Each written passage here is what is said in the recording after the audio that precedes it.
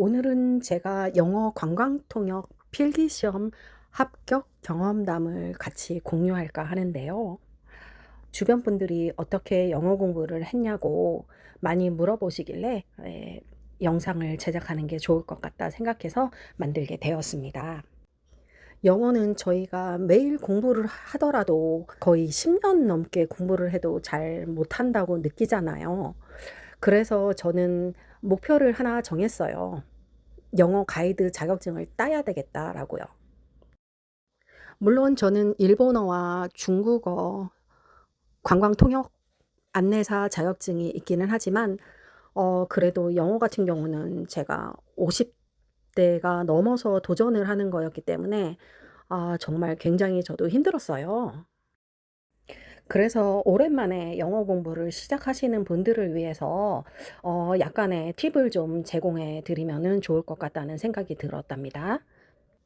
20-30대 분들 같은 경우는 수능 영어를 공부를 해서 그런지 토익 같은 경우 몇 달 공부하고도 점수를 금방 받더라고요.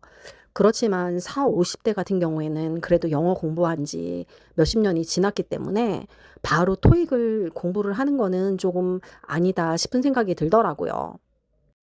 왜냐하면 제가 무작정 영어를 토익부터 시작했거든요. 아무 베이스도 없이 토익만 1년 넘게 공부를 했는데 점수도 나오지도 않고 기운만 많이 빠지더라고요.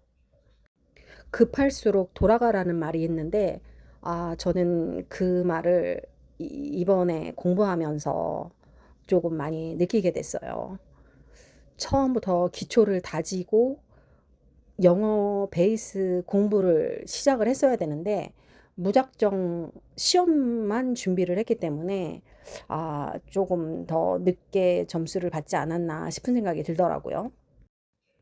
영어 노 베이스에 1년 반 토익 공부를 하고도 700 점이 안 나오더라고요. 그래서 '도저히 안 되겠다.' 저도 좀 많이 힘들고 그래서 '세부를 3 개월 다녀와야 되겠다.' 결심하게 되었습니다.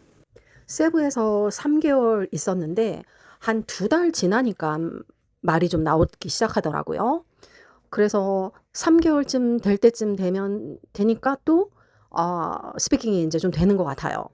그래서 한국에 와서 토익 공부를 하자니 다시 또 입이 막힐 것 같다는 생각이 들어서 세부에서 만난 영어학원 원장님께서 소개시켜 주신 스피킹 학원을 다니게 되었답니다. 처음 가본 스피킹 학원에서는 저의 영어 발음을 좀 교정을 많이 받을 수 있었어요. 워낙 일본어를 몇십 년 하다 보니까 영어 발음이 좀 '일본 사람이 영어하는 것 같다.'라는 소리를 좀 많이 들었는데 스피킹 학원에서 그런 점을 좀 많이 고칠 수 있었던 것 같습니다. 그런데 아쉽게도 그 학원이 없어졌다고 하네요, 올해. 지금 이 화면에서 보이는 학원에서는 그래도 기초적인 영어를 전반적으로 좀 배웠던 것 같아요. 6 개월 코스였는데요. 학원이었지만 왠지 학교 같다는 느낌이 더 많이 들었고요.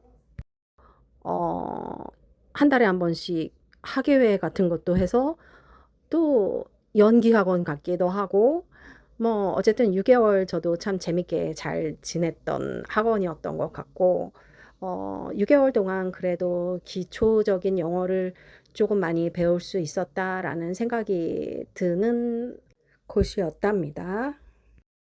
지금 이 사진은 PSE 빌리지라고 해서 한 달에 한 번 하는 행사거든요. 같은 반 친구들과 이렇게 친목 도모를 할 수 있는 기회도 되고 참 재미있었던 것 같습니다. 6 개월 코스를 마치고 더 이상 할 게 없어서 스터디 카페를 등록을 했습니다. 스터디 카페에 등록을 해서 몇 달 혼자서 공부를 했는데 혼자서 공부를 한다는 게 참 어렵더라고요. 처음에 같이 공부를 시작한 친구들도 한 2년 지나고 나니까 다들 포기하고 그만두더라고요. 그래서 정말 3년째 되는 해에는 저 혼자서 공부를 하게 된 거예요. 그래서 다시 세부를 갔는데 IELTS 2달 코스로 가게 되었답니다.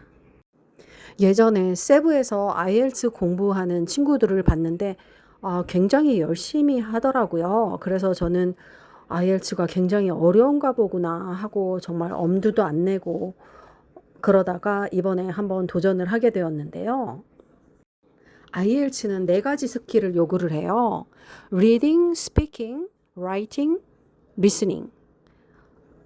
이 네 박자가 다 이루어져야 영어 실력이 향상이 되는 거잖아요. 그래서 저는 영어를 정말 제대로 배워보고 싶다 하는 분들한테는 IELTS를 꼭 한번 공부를 하라고 추천드리고 싶어요. 왜냐하면 정말 IELTS 공부를 하면서 저도 영어 실력이 좀 많이 향상됐다라는 생각이 들더라고요. 토익은 비즈니스 영어이기 때문에 그렇게 어휘력이 많이 요구되지는 않지만 IELTS 같은 경우는 모든 주제를 다 다루거든요.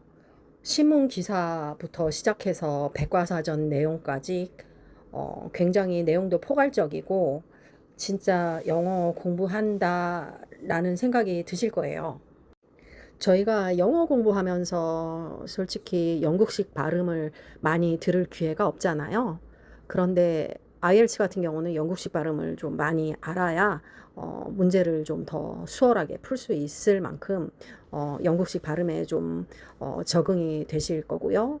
그 다음에 작문을 또 해야 하기 때문에 많은 문장들을 또 외워서 쓸 수 있게 훈련을 할 수 있고 그 다음에 스피킹 같은 경우도 저희가 포멀한 말들, 단어들을 좀 많이 외워서 말을 할 수 있게 되기 때문에 IELTS 공부를 하면은 영어 공부를 좀 그래도 수준 높은 영어를 구사할 수 있게 훈련을 받을 수 있을 것 같아요.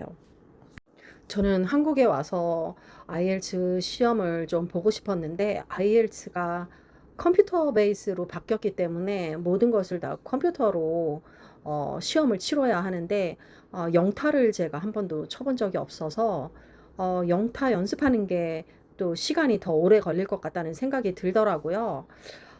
그래서 마지막 수단으로 지텔프를 봐야 되겠다 생각을 했습니다. 지텔프가 저한테 남은 마지막 옵션이었는데 지텔프도 또 만만치 않더라고요. 특히나 리스닝 같은 경우는 너무 어려워서 내가 과연 이 목표 점수를 받을 수 있을까 하는 걱정이 좀 많이 앞섰었던 것 같습니다. 영어 관광 통역사 같은 경우는 지텔프 74점 이상을 받으면은 필기시험 합격인 거거든요. 그런데 저는 79점을 맞고 영어 필기 시험에 합격하게 되었답니다.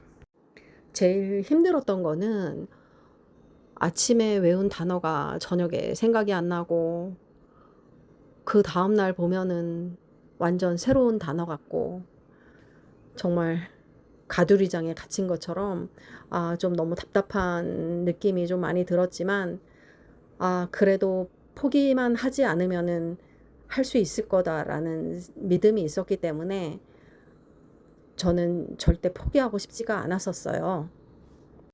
그렇게 높은 점수라고는 할 수는 없지만 그래도 기준치보다는 5점 이상 맞았기 때문에 저의 노력에 보상을 받은 느낌이 들어서 기뻤답니다. 이제는 2차 시험 영어 인터뷰가 남아 있는데요. 이제부터는 스피킹 위주로 열심히 영어를 연습해야 할 것 같습니다. 여러분도 저를 좀 많이 응원해 주세요. 감사합니다.